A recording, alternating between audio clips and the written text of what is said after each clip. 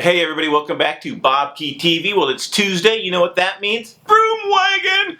We are in the thick of the bike racing season and so much news to get to. It's going off on the cobbles, in the wind, in the rain. Been a great week of racing, all of that coming up. Harelbeke, Catalunya, Criterium International, Gent-Wevelgem, and the Musette Musings featuring Patrick Lefevre and the Edix team, and tweet of the week, Peter Sagan on fire. He always makes great headlines. All of that coming up next on Bobke's Broom Wagon.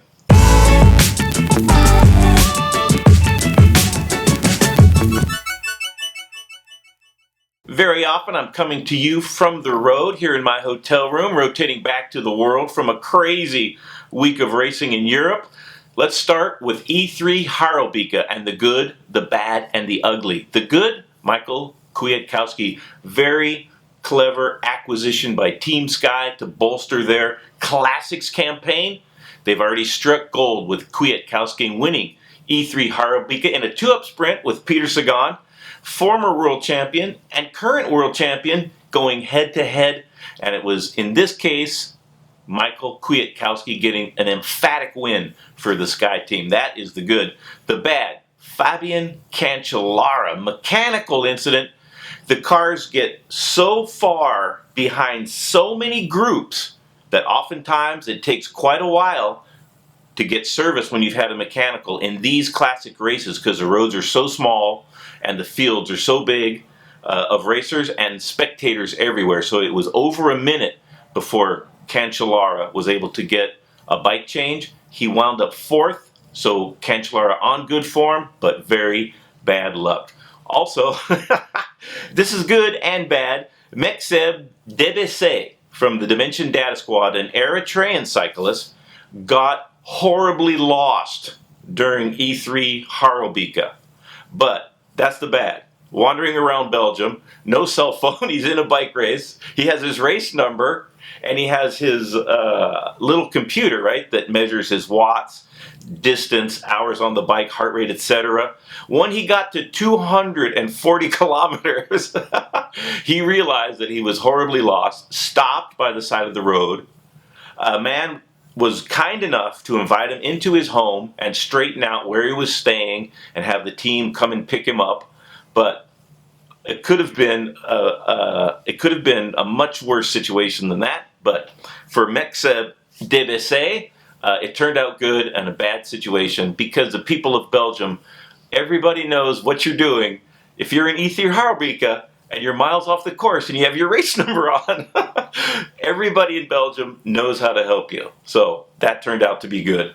And the ugly, Edix, chasing Kwiatkowski and Sagan flat out, and they got 12th with Trentin, 13th with Terpstra, 14th with Boonen, and 15th with Zdenek Štibar.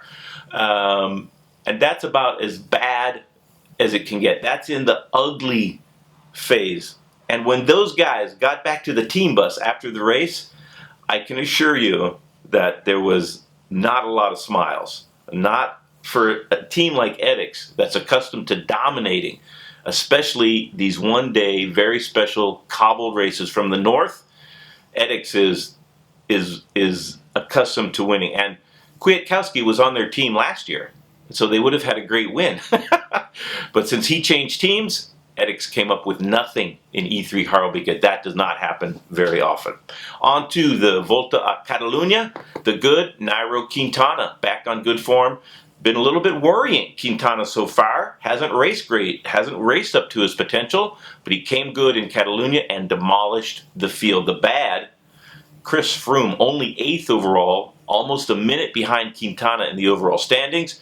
It's still a long ways to the Tour de France, but that might be a little bit worrying. Froome, we're accustomed to seeing him at least respond to the accelerations in the mountains, if not dominate those proceedings. But at this week's race in Catalunya, it was Nairo Quintana. The ugly, Ryder Hagedal, dead last. This guy won the Giro d'Italia not very long ago. Maybe He's not feeling well. Maybe he's doing some low-key, low-pressure early season race miles to get ready for the bigger races to come.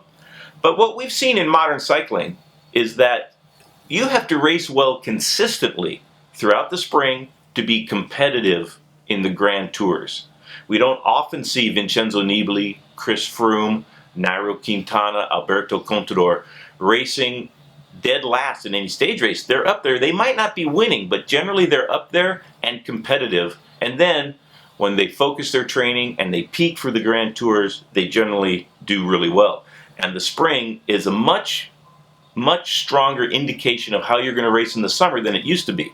Ryder Hagedal still has plenty of time to get ready for the Grand Tours to come that he's planning to participate in, and hopefully he can reverse dead last in the overall standings at Catalunya.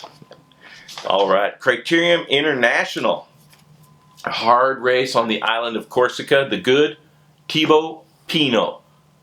The best part of that, time trial win, first in his pro career. Thibaut Pinot wins the time trial. We have never seen him do that in his entire professional career.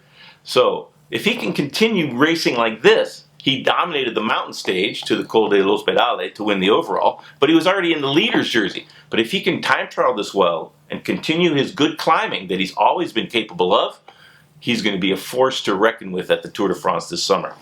The bad in that race, J.C. Perreault.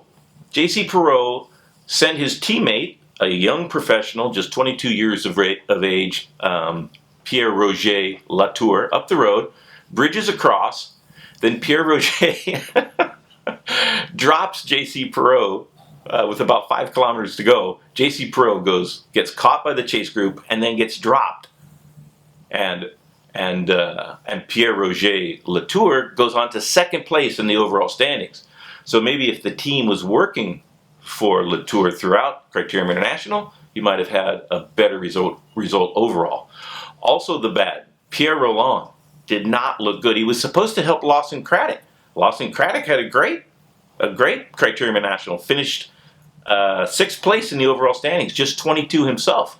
But Pierre Rolland, the team leader, the GC man, the guy they want to be competitive to win the Tour de France, got dropped by Lawson Craddock, lost a pile of time, and finished outside the top 20 in the overall standings. And some terrible news from Criterium International as well. Dan Mingeer, 22-year-old cyclist from the Roubaix-Lille Metropole squad, suffering cardiac arrest during the bike race, during the stage. The race doctors attended to him very quickly. They evacuated him to the hospital, but he's still in a coma. Let's hope and pray that he recuperates, gets back on his bike, and is back in the races before too long. And I got to say, when I was racing, we go so hard for so many hours. It's a worry. It worried me, like I might be going too deep sometimes.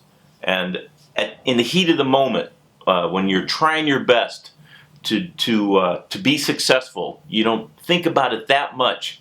But when you reflect, when you have some quiet times after the races and you're in the hotel room with your teammate, I did oftentimes worry about it. And so Godspeed to all the pro racers out there, and for Dan Mingeer, get well soon.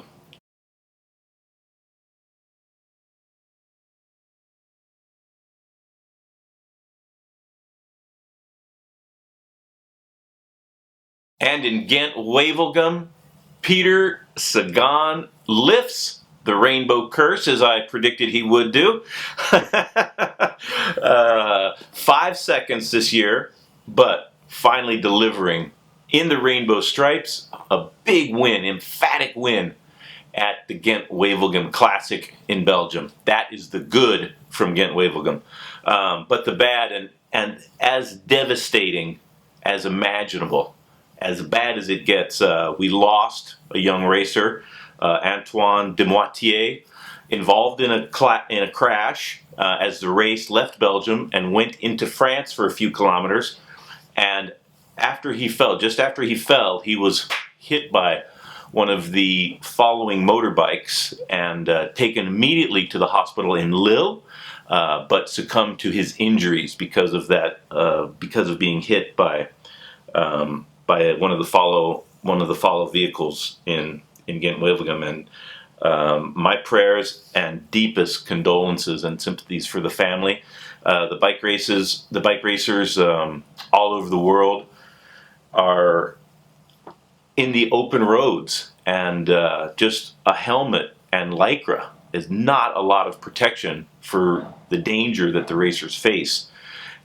In spite of that, and in spite of crashes, invariably the riders come home safe and live to fight another day. But we have to say goodbye to Antoine Demoitier, and a really devastating, sad day.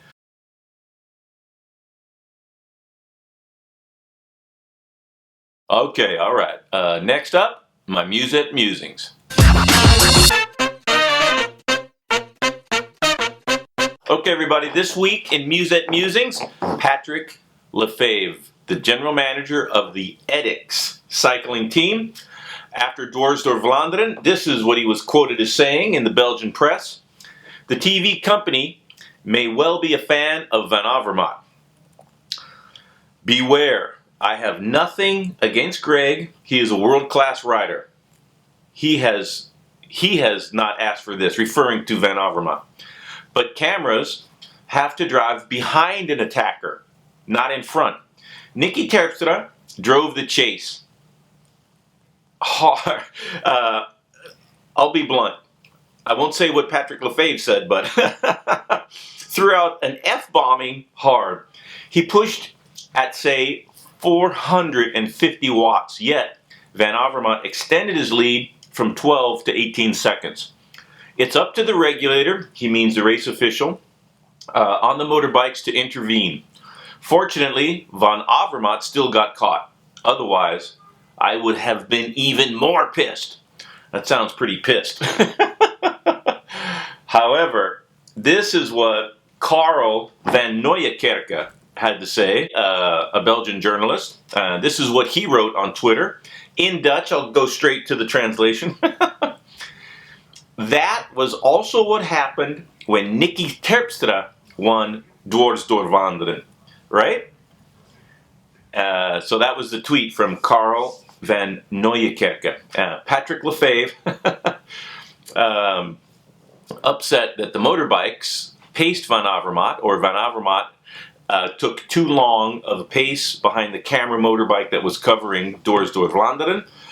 And behind, Edix was doing a flat-out chase. And this is only a few kilometers from the finish line.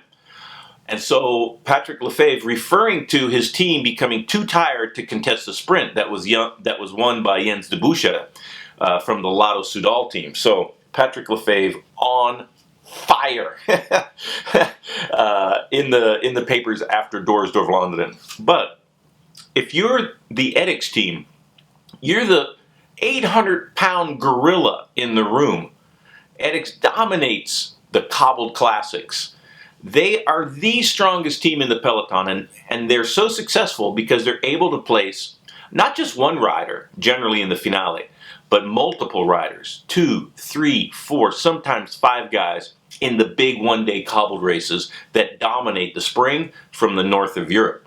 So that being said, it seems like a little bit of sour grapes from Patrick Lefevre. And Patrick and I go back a long, long ways. I have nothing but respect and admiration and love for Patrick Lefevre. So what my point is, if you're going to be the dominant team, the strongest team, focused on these races, you have to assume the responsibility of driving the chase, of doing the tempo. Now, I understand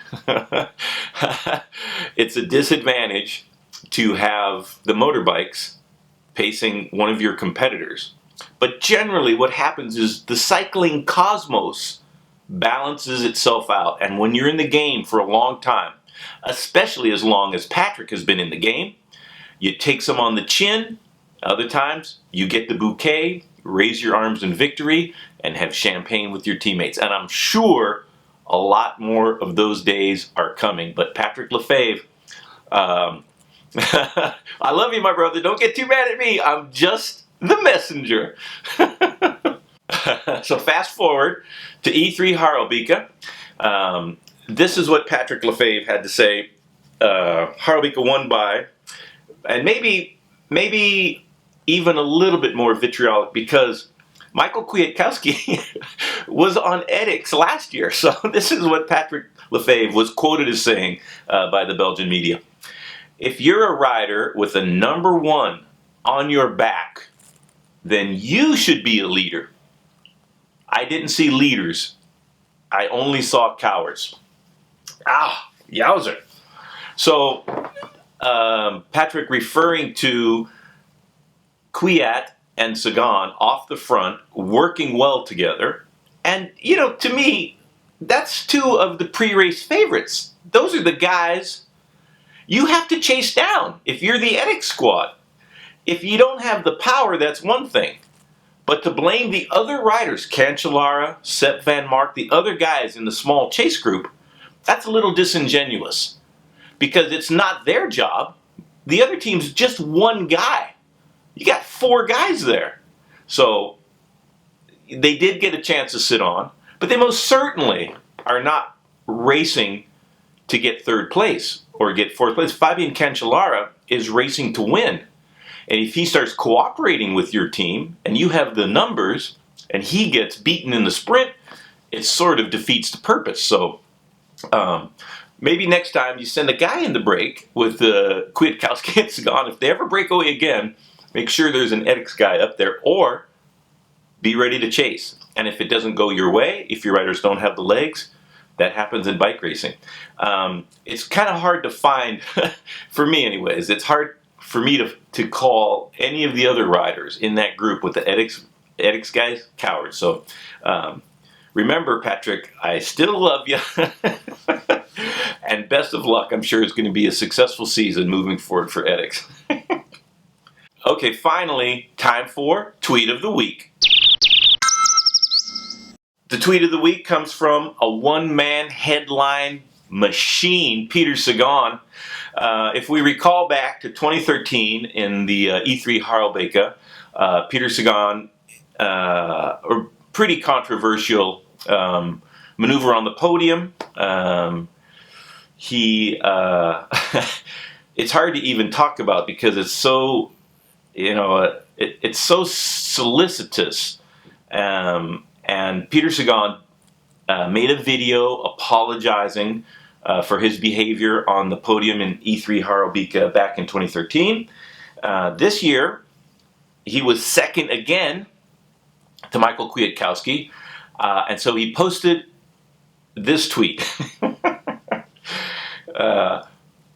Who would have expected that I finished second again? And in a much more appropriate stance on the podium, just to reassure everybody that Peter Sagan is still apologetic and still contrite and is nowhere near the podium girls at E3 Harelbeke. I mean, you gotta love Peter Sagan. And 2 days later, he went on to win Gent-Wevelgem. So I'll tell you this about Peter Sagan. A man that doesn't forget is a very, very dangerous individual. And Peter Sagan, it's just a real joy to watch him race. And it's 3 years since. He's still, a pretty young guy considering what he's been through.